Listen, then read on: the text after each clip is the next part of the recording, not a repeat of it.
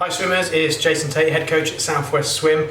Just giving you a little introduction video to this week's endless pool hit session, which we're going to release for you to do if you want to in your own pool. So these sessions are designed for people who are lucky enough to be able to swim at home in their endless pool like we've got here, or a swim spa or a jet pool, or which is becoming quite common from my swimmers. They're all setting these up, or a few of them are setting these up, a tethered pool. So getting people are ordering a pool, fill it up in the garden and basically swimming with a tether, which is basically a band that goes around your waist with a cord which comes out the back, attaches to something. So when you're swimming, you're basically swimming in place.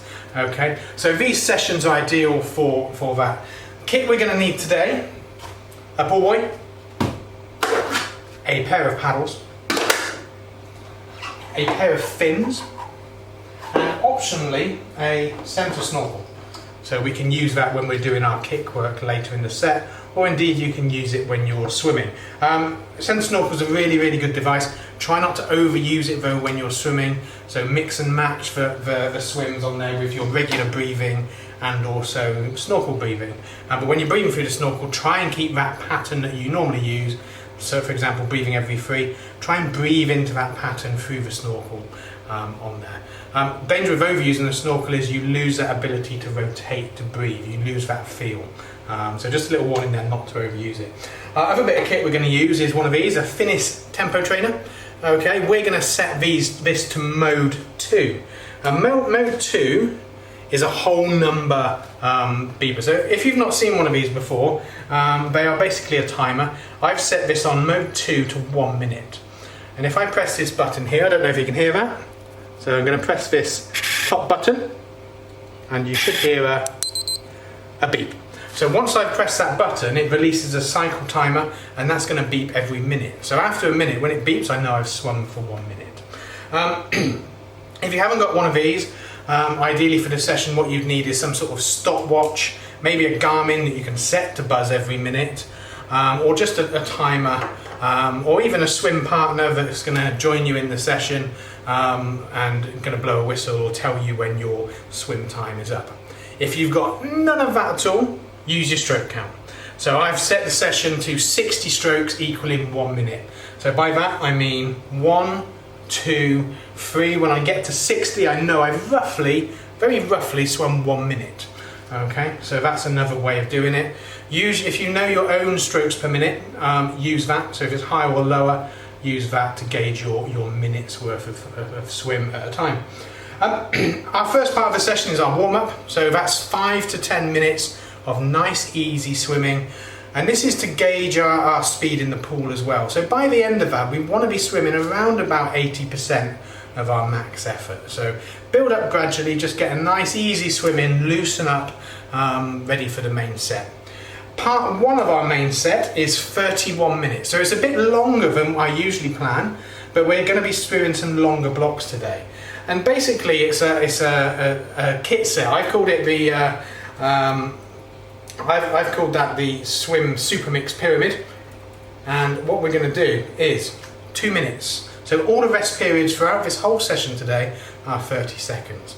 So first of all, I'm going to swim 2 minutes full stroke freestyle, then 30 seconds rest, and then I'm going to swim for 3 minutes with my pool buoy in. So just pool buoy swim, so pull for 3 minutes, 30 seconds rest, and then I'm going to use pool buoy and paddles for the next 4 minutes, 30 seconds rest. This is the top of our pyramid now. So now what we're going to do is some very short bursts, 30-second sprints. We're going to do 10 lots of 30-second sprints, 30 seconds on, 30 seconds off, and continue with that pattern.